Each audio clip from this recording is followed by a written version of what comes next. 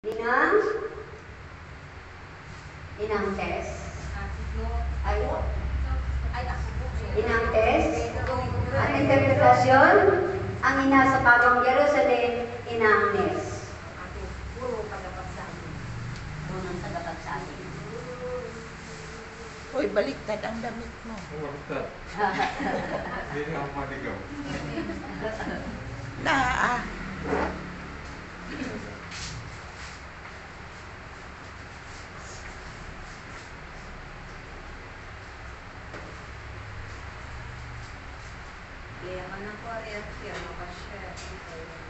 Ang kapayapaan ay sumainyo naman.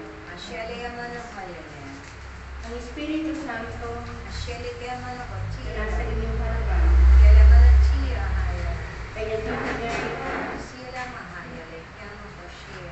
ng mensahe sa inyong lahat. Ako ang Espiritu na kapangyarihan ng Diyos. Ako ay naririto upang maging gabay ng bawat isa sa inyong lahat.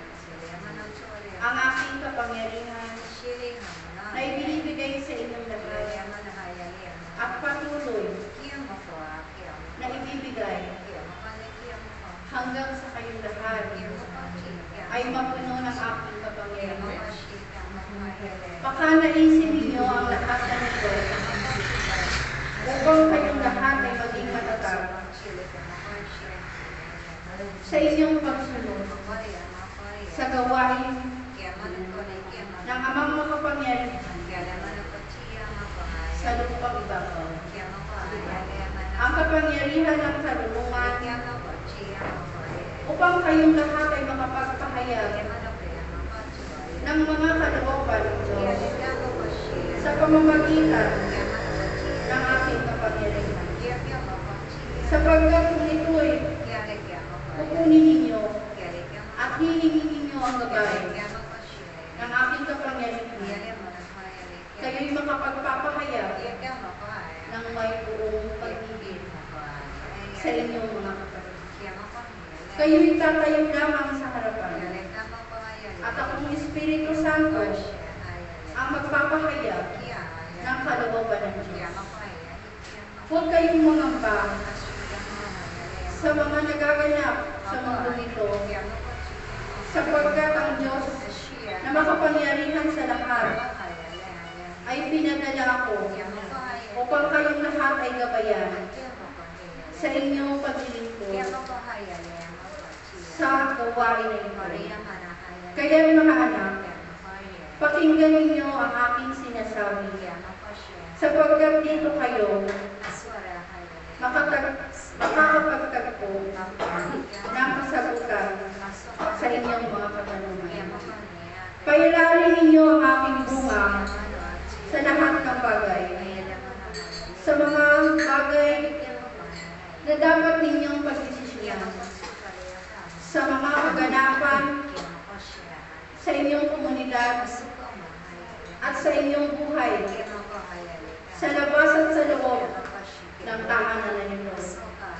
Gamitin ninyo ang aking mga bunga, bunga ng pag-ibig, bunga ng pag-unawa, bunga ng pagpapakumbaba, at bunga ng aking karunungan. Tandaan ninyong lahat, panatilihin ninyong maging mabuti. Hindi man madali ang mabuhay sa mundo nito, ngunit kayo'y manatiling mabuti at makakaasa kayo na kayo'y makatatanggap ng pagpapala mula sa kagamitan. Aking mga anak, kayong lahat ng nakikinig sa tahanan na ito, gawin ninyo ang nararapat upang ang kapangyarihan ng Diyos ay manatili sa bawat isa. Gawin ninyo ang nararapat upang maging matatag ang bawat isa sa pagharap sa pagsubok sa buhay. Gawin ninyo ang nararapat upang manalig ang kabutihan at ang kasinungalingan ay tuluyang maglaho sa mundo nito.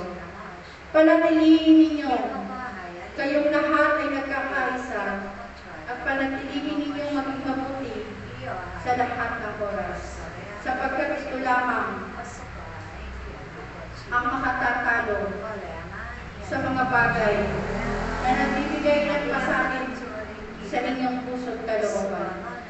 Kaya't mga anak, ang aking kagupiling sa inyong lahat, manatiling kayo sa pag-ibig ng Diyos.